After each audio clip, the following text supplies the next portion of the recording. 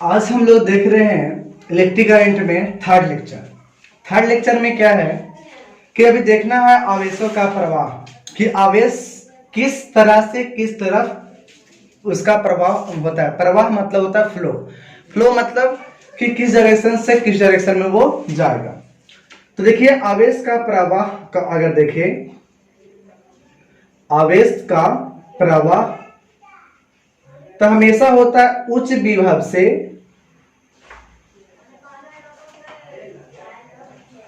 निम्न विभव की तरफ, उच्च विभव से निम्न विभव की तरफ। तो आवेश का प्रभाव कैसे से कैसे होता है? उच्च विभव से निम्न विभव की तरफ उसका प्रभाव होता है आवेश का। लेकिन कौन सा आवेश का? तो ये कहा जाएगा, आवेश बोलने का मतलब अब समझने के आना चाहिए हम लोग को कि धन आवेश को बोला जा रहा है, ठीक है। लेकिन जैसे में यहां पर बोला जाए कि V प्लस और यहां पर V माइनस, ठीक है, यानी ये क्या हो गया? उच्च विभव, और इसको क्या बोल दिया गया? निम्न विभव। तो उच्च विभव हम V प्लस को बोले और निम्न विभव बोले V माइनस को। तब उस केस में यहां से जो इस डायरेक्शन में जाएगा उच्च विभव से निम्न विभव की तरफ, वो पॉजिटिव चार्ज जाएगा, यानी धन आवेश ही जाएगा उच्च विभव से निम्न विभव की तरफ। लेकिन अगर निम्न विभव से उच्च विभव तक देखा जाएगा तो इस डायरेक्शन में नेगेटिव चार्ज आएगा, यानी ऋण आवेश का जो डायरेक्शन होगा चलने का, इसमें निम्न विभव से उच्च विभव की तरफ, लेकिन धन आवेश को हमेशा उच्च विभव से ऋण विभव मतलब निम्न विभव की तरफ। लेकिन हमें ध्यान रखना है कि आवेश अगर बोला जाए तो हमें धन आवेश को सोचना है, ऋण आवेश को नहीं सोचना है। तो यहां पर हमें आवेश का प्रवाह लिखा हुआ है, इसका मतलब यहां पर लिखेंगे उच्च विभव से निम्न विभव की तरफ उसका फ्लो होता है। तो कौन सा आवेश? धन आवेश को। अब ये उच्च विभव और निम्न विभव जब दो मिल जाते हैं तो उसे हम लोग क्या कहते हैं? तब हम जानते हैं कि एक बैटरी का निर्माण होता है जिसको हम लोग सेल भी कहते हैं। तो देखिए सेल क्या होता है? सेल या बैटरी, ठीक है।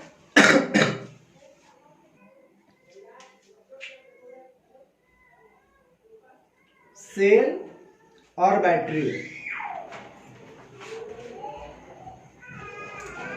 क्या होता है? सेल और बैटरी। तो देखिए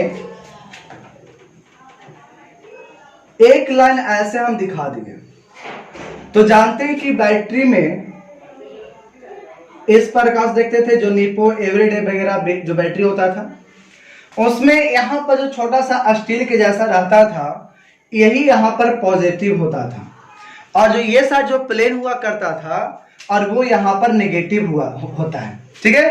तो पॉजिटिव कौन? छोटा वाला, लेकिन यहां पर ये बड़ा वाला नेगेटिव। लेकिन यहां पर दिखाने का मतलब ये होता है कि पॉजिटिव वाला आपका बड़ा होगा और नेगेटिव वाला छोटा होगा। इसमें क्या है कि इसे हम बोल देंगे पॉजिटिव वाले को उच्च विभव होगा, ये क्या होगा? उच्च विभव होगा। लेकिन जो छोटा वाला होगा उसे हम लोग क्या नाम देंगे? निम्न विभव। तो उच्च विभव कौन होगा? बड़ा वाला उच्च विभव और छोटा वाला निम्न विभव। तो ये अगर एक दिखाया गया तब इसे हम लोग सेल कहते हैं। तो ये क्या दिखाया गया? सेल। तो ये क्या होगा? सेल। अगर बहुत सारे सेल को अगर एक मिला देते हैं तब हम लोग उसको क्या कह देते हैं? बैटरी। तो बैटरी कब होगा? जब बहुत सारे सेल को हम लोग संयोजन करते हैं तो बैटरी कहलाएगा। लेकिन अगर एक दिखाया जाए तो उसको क्या बोलते हैं? सेल। अब इसके तहत और भी बहुत सारे चीज यहां पर दिखाया जाएंगे, जैसे कि यहां पर लिखा जा रहा है, देखिए यहां पर इसका विभवांतर पूछा जाए, विभवांतर, तो इसको बोलते हैं हायर पोटेंशियल यानी उच्च विभव, और इसको बोलते हैं निम्न विभव। तो इसका जो विभवांतर हम लोग लिखते हैं V से, विभवांतर किससे लिखते हैं? V से, और इस V को हम लिख देते हैं कि हायर उच्च विभव में से निम्न विभव को घटा देते हैं। तो यही हमारा आता विभवांतर। जैसे कि आप जब क्वेश्चन बनाएंगे तो आपको लिखा जाएगा कि सेल आपको लगाया गया है 10 वोल्ट, तो 10 वोल्ट लगाया गया है, इसका मतलब क्या है कि दोनों के बीच का अंतर 10 वोल्ट है, न कि आप यहां पर ले लोगे 10 और यहां पर 0। ये भी चलेगा, ये भी इसलिए चलेगा क्योंकि जब इसको अंतर निकालेंगे 10 में से 0 तो 10 ही आएगा। आप ऐसे भी कर सकते हो कि इसको यहां पर 0 ले लो और यहां -10, तो भी ये सही है। कैसे? हम उच्च विभव मान लिए 0 में से कितना घटाना है, -10, तो यहां पर देखिए माइनस माइनस प्लस फिर भी 10 आ रहा था। तो इसका मतलब ये नहीं कि आप ये भी ले सकते हो, अब 5 लिए तो -5, लेकिन अंतर कितने का होना चाहिए, 10 का। यही आपको जो यहाँ पे दिया जाता है वो क्या दिया जाता है, तो विभवांतर दिया गया रहता है। तो विभवांतर में तो लोग कैसे निकालते हैं, तो उच्च विभव माइनस निम्न विभव, तो उच्च विभव में से हम निम्न विभव को घटा देते हैं, वही हमारा विभवांतर आता है। तो उसमें उच्च विभव और निम्न विभव दोनों का अंतर ही हमारा दिया हुआ रहता है। तो जब ओम्स लॉ जब लोग पढ़ते हैं V बराबर IR, तो यहां पर जो V रहता है वो कौन सा रहता है, तो हम बोलेंगे दोनों के बीच का अंतर ही हमारा यहां पर V रहता है। ठीक है, तो ओम्स लॉ में यहां पर V डायरेक्ट यूज ना कर देंगे कि यहां पर अगर 5 है तो 5 भी नहीं, उच्च विभव वाला नहीं, दोनों के अंतर रहता है, वही यहां पर हम V का मान लेते हैं। तो यही ध्यान में रखना है कि सेल के जो अंतर है, दोनों पोटेंशियल, दोनों विभव के अंतर होता है, वही हमारा V लिखाता है। तो ये ध्यान में रखना है इस बात को। अब बहुत सारे सेल को अगर हम लोग संयोजन करना होता है तो कैसे लगाते हैं बैटरी को, देखते होंगे बैटरी में कि एक छोटा वाला है और अगले वाले बैटरी का छोटा वाला, ऐसे करके संयोजित किया जाता है सीरीज में। तो इसी प्रकार से अगर हम बैटरी को संयोजन करें सेलों को, तो एक बड़ा छोटा करके लिखते जाते हैं। तो स्टार्ट किए थे बड़ा से और लास्ट किससे किए, छोटा से, तब यही समूहन को क्या बोल देंगे, बैटरी कह देंगे। तो बैटरी यहां पर कौन हो जाएगा, तो सेल एक रहेगा तो सेल, अगर बहुत सारा रहेगा तो उसे हम बैटरी का नाम दे देते हैं। तो आज अभी तक हमने क्या पढ़ा, तो हमने पढ़ा कि आवेश का फ्लो किधर से किधर होता है। तो हम लोग अब उसको लिख लेते हैं कि आवेश का जो प्रवाह था, तो यहाँ पे आप कुछ नोट्स करते हैं, आप नोट्स कॉपी में इसको बनाना होगा। तो लिखते हैं आवेशों के प्रवाह, पहले लिख लेते हैं आवेशों के प्रवाह। लिखेंगे यहां पर धन आवेश और ऋण आवेश दोनों को लिख सकते थे, ठीक है। तो ले 2 पॉइंट लिख लेंगे यहां पर, धन आवेश का प्रवाह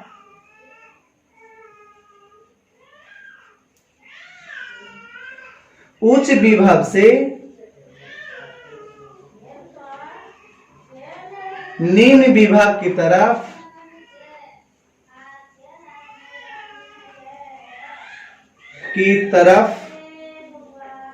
होता है। यहां पर ऐसे लिख सकते हैं कि इस वाले प्लेट पर अगर उच्च विभव है और इस वाले प्लेट पर क्या है, निम्न विभव, तो यहां पर जो इधर से इधर मूव करेगा कौन, +Q, यानी +Q मतलब धन आवेश। उसमें हम लिख सकते हैं कि ऋण आवेश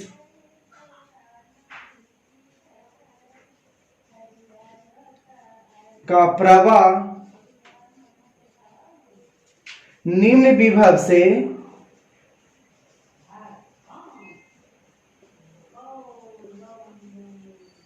उच्च विभव की तरफ होता है।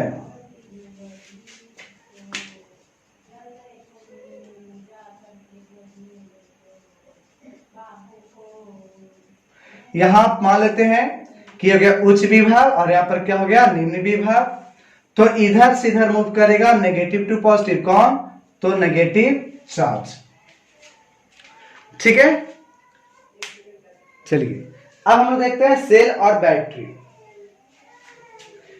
सेल और बैटरी क्या करता है, दोनों में एक होता है कि जो यहां पे रासायनिक ऊर्जा को कन्वर्ट किस में करता है, बदलता किस में है, तो ये बदलता है इलेक्ट्रिक एनर्जी में, यानी विद्युत ऊर्जा में। तो सेल एक ऐसी युक्ति है जो अपने अंदर हो रहे रासायनिक अभिक्रिया को, ठीक है, वो केस में बदल देता है बैटरी मतलब इलेक्ट्रिकल एनर्जी में। तो यहां पर हम लोग हेडिंग डालते हैं सेल और बैटरी।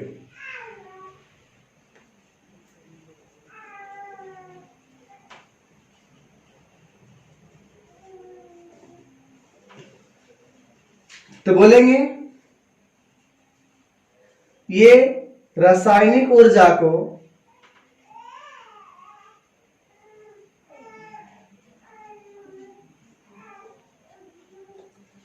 विद्युत ऊर्जा में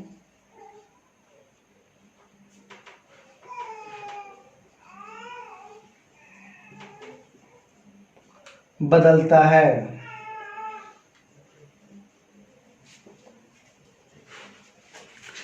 अब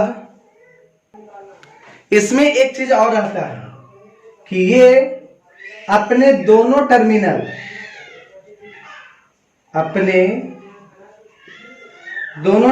टर्मिनल मतलब जो लास्ट का एंड होता है ना उसको टर्मिनल कहता है। अपने दोनों टर्मिनल के बीच के विभवांतर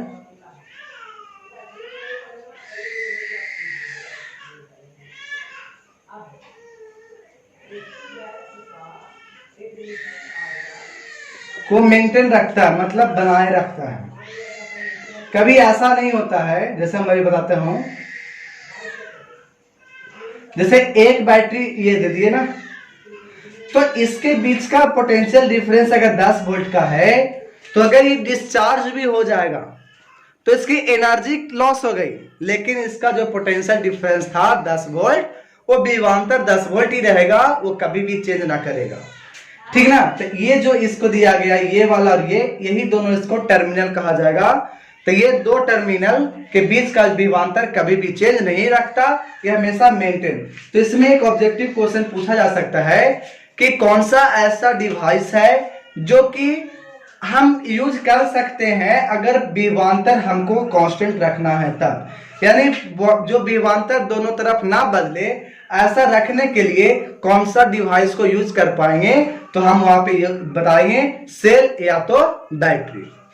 बैटरी किसको कहें, तो हम लोग जानते हैं इसको तो सेल बोल देते हैं, लेकिन सेलों के समूह को हम लोग बैटरी कहते हैं। तो लिख सकते हैं सेलों के समूहन को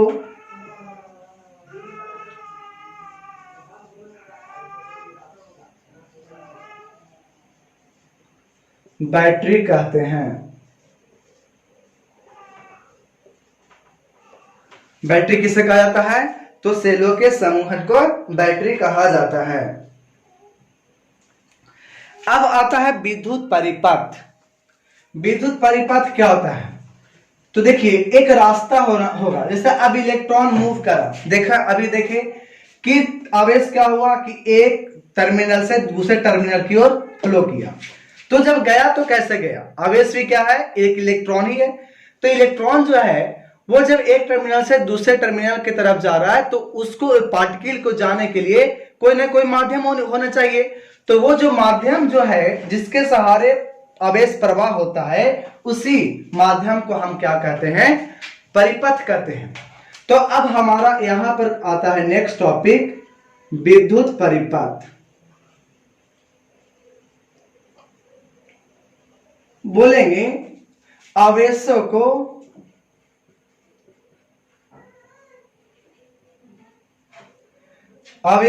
प्रवाह होने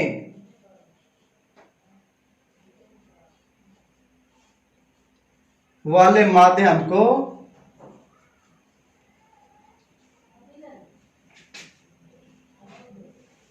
विद्युत परिपथ कहा जाता है, मतलब सर्किट कहा जाता है।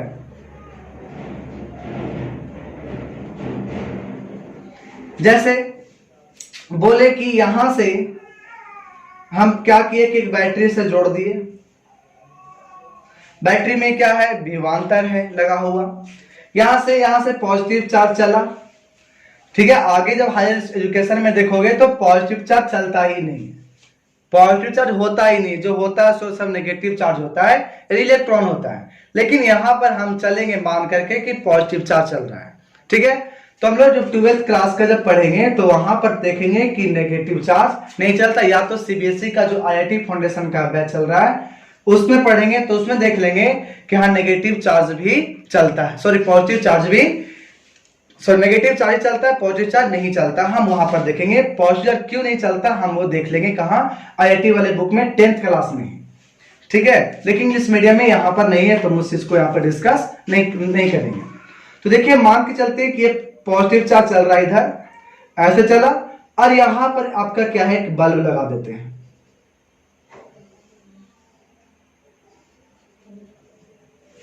अब क्या होगा कि ऐसे जाएगा, इस प्रकार जाने के बाद इधर से लौट आएगा, तब ये लास्ट में जाकर के यहाँ पे चार्ज फिर से आ गया।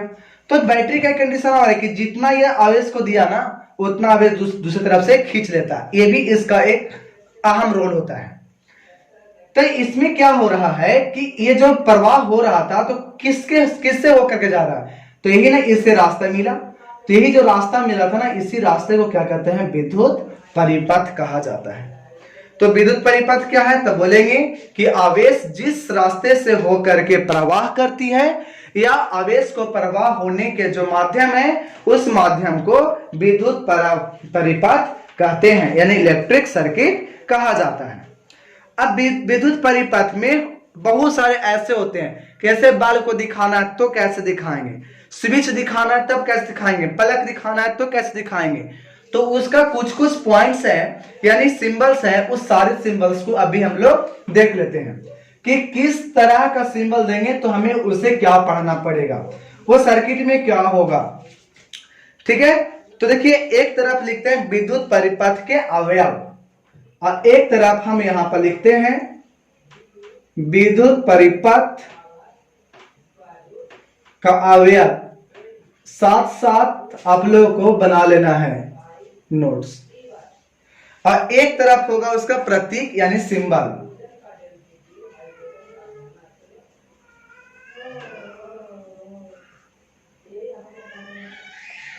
फर्स्ट में है एक सेल। एक सेल को कैसे दिखाते हैं, तो देखिए अभी हम लोग कैसे दिखाएं, बस एक लाइन, दो इसमें रहेगा, एक छोटा और एक बड़ा। इसमें बोले कि ये पॉजिटिव होगा और ये क्या होगा, नेगेटिव होगा। अब सेलों के समूह को क्या बोले थे, बैटरी। तो यहां पर लिख देंगे बैटरी। इसको कैसे दिखाएंगे, तो बहुत सारे सेल होगा, बहुत सारे दे सकते हैं, तो ये क्या हो जाएगा, बैटरी। अब अवयवों के जोड़ने वाले तार, मतलब बहुत सारा जो रहता है डिवाइस, उपकरण लगा हुआ रहता है ना, वो सारे उपकरण को जो जोड़ते हैं, तो अवयवों को जोड़ने वाला तार।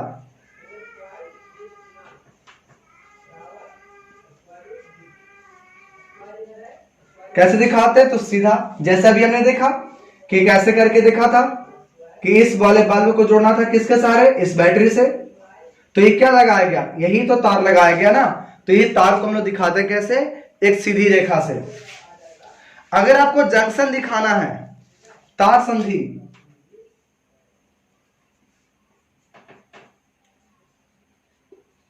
इसे हम लोग नोड भी कह सकते हैं, तार संधि को, जंक्शन को। ये इस प्रकार से होगा, जैसे हम यहां से क्या करें कि एक रेजिस्टेंस ऐसा था और एक रेजिस्टेंस और ऐसा था, और एक रेजिस्टेंस बीच से निकालिए, ठीक है, और इसे यहां पर मिला दीजिए, और फिर उसके बाद यहां पर एक बैटरी से जोड़िए। तो आपको संधि कहां कहां देखने को मिला, तो संधि आपको एक यहां देखने को मिला होगा और एक यहां देखने को मिला होगा। तो जब यहां पर देखेंगे तो आपको एक सीधी रेखा पर एक ऐसे करके लाइन खींचा हुआ है, यही आपका क्या हो गया, संधि को दिखाने का तरीका। अब है खुली प्लग कुंजी, मतलब प्लग लगा हुआ नहीं है, वो सिर्फ ओपन है, खुला है, यानी लाइन तार से परिपथ से आवेश का प्रवाह होना भी बंद है, यानी लिख सकते उसका क्या, खुली प्लग कुंजी, खुली प्लग कुंजी। तो सेम अगर ऐसे करके दे देते हैं तो ये खुला है, मतलब अभी लाइन इधर से इधर पास नहीं कर रहा है, लेकिन इसमें अगर पॉइंट दे देंगे इसका मतलब हो जाता है क्लोज, और क्लोज का मतलब हो जाता है कि अब उससे लाइन पास कर रहा है। ठीक है, तो अब उसको हम लिखते हैं बंद प्लग वाला, देख लेते हैं। तो बंद प्लग कुंजी कैसे होगा,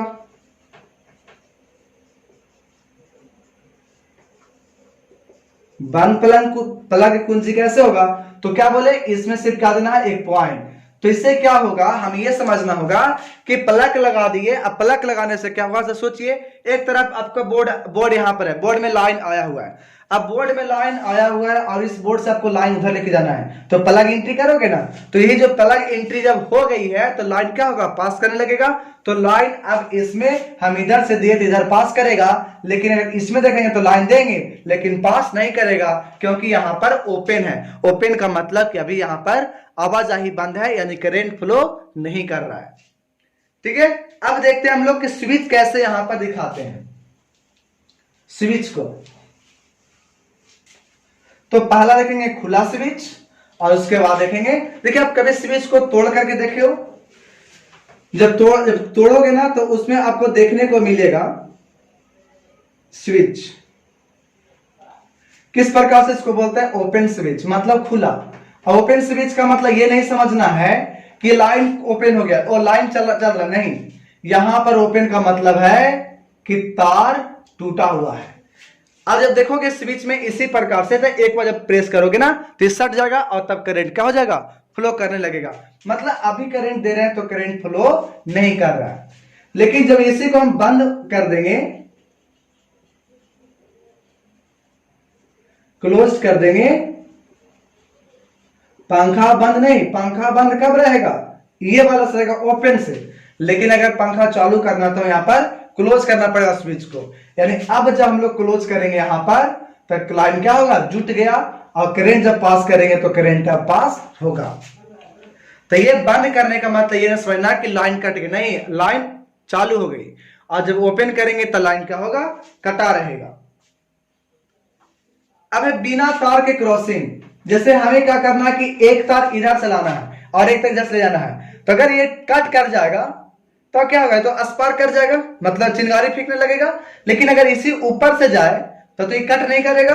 तो ऐसे को कैसे दिखाते हैं, तो लिख दे यहां से कि बिना संधि के तार क्रॉसिंग कैसे कर सकता है, उसको कैसे दिखाएंगे, बिना संधि का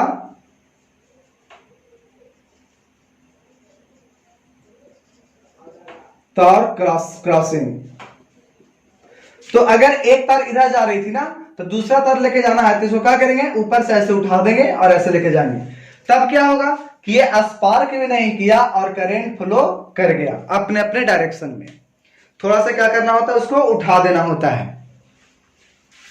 इसके बाद नेक्स्ट है बल्ब। बल्ब कैसे दिखाते हैं,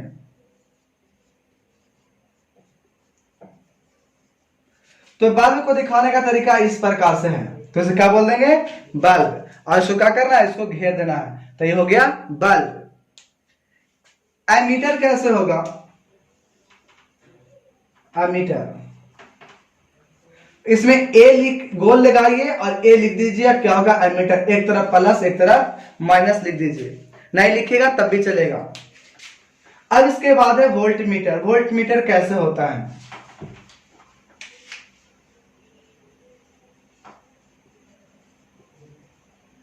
एमीटर किसको मापता है, करंट को, वोल्ट मीटर वोल्टेज को। इसको भी बीच में भी लिख दीजिए और एक तरफ प्लस एक तरफ माइनस। अब हमारा आता है प्रतिरोध यानी रेजिस्टेंस को कैसे लिखते हैं, रेजिस्टेंस यानी प्रतिरोध। तो इसको लिखने का तरीका इस प्रकार से होता है। ठीक है, ये था कुछ सिंबल। तो अब हम लोग जो नेक्स्ट स्टेप पढ़ेंगे वो हम लोग पढ़ेंगे विद्युत धारा की प्रबलता।